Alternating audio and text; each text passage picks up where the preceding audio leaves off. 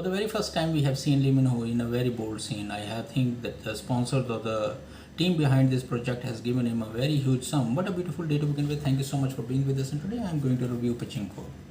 The story is all about four generations, and the good thing is it has given it shed a light on each and every character. So the very first character that they have shown is the guy Solomon, who works in New York, and he is trying to get this job done by himself because and there is a place they wanted to build a hotel, and that land belongs to a Korean woman. So he says, why don't I go there and fix things for myself, and this way I will earn a credit from the company that I have done this job. So on the parallel, there is a story going on. Sonja, she has lived in a Busan, and his family was the one who could meet all those people, those who were against at that time the imperial army, and thus they have seen all the suffering that happened in the past. And thus there comes one guy who looks from a different group of people and something. So they are both in love right now. So Lee Min-ho is playing that character, and she didn't know that who he was, and until she gets pregnant and found out that he has a totally different face, and you could see that the gaslighting scene that he is trying, and he's more cunning and ruthless with his words. So that's why. So now, what is that happens? Her mother is also upset what happened, and she said that it is all due to my own willingness, and it didn't happen like he didn't force me for that. Thus, somewhere a good Samaritan comes in their house, and he's a Christian guy, Isaac, and he's trying to convince her, giving her a good feel of like how you can reconcile the matter or what you can do. But in this situation, she has no choice because he said that this is how our relationship is. You cannot be us.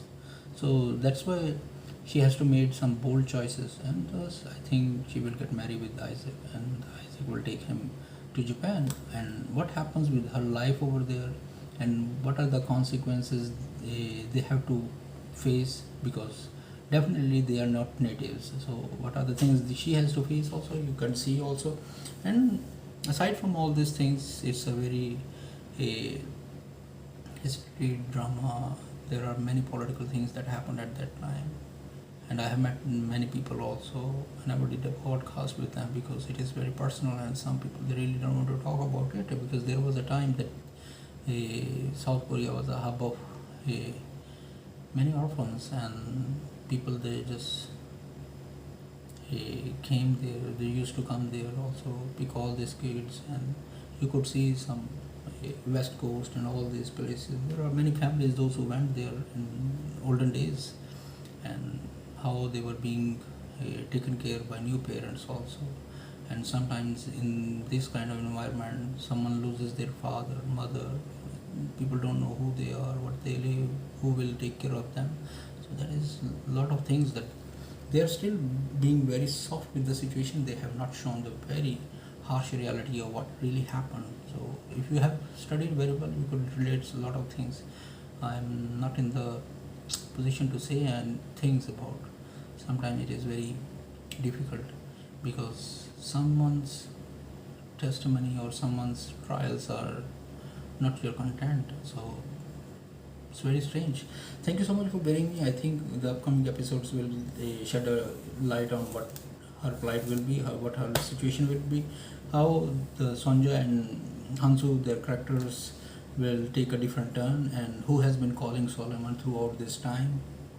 So there is someone who is always watching you whatever happens, and how this priest will save her life, and what are the challenges they are going to go through. Thank you so much for bearing me. Take care of your loved ones and stay safe. Lot to say and lot to keep silent. Bye bye.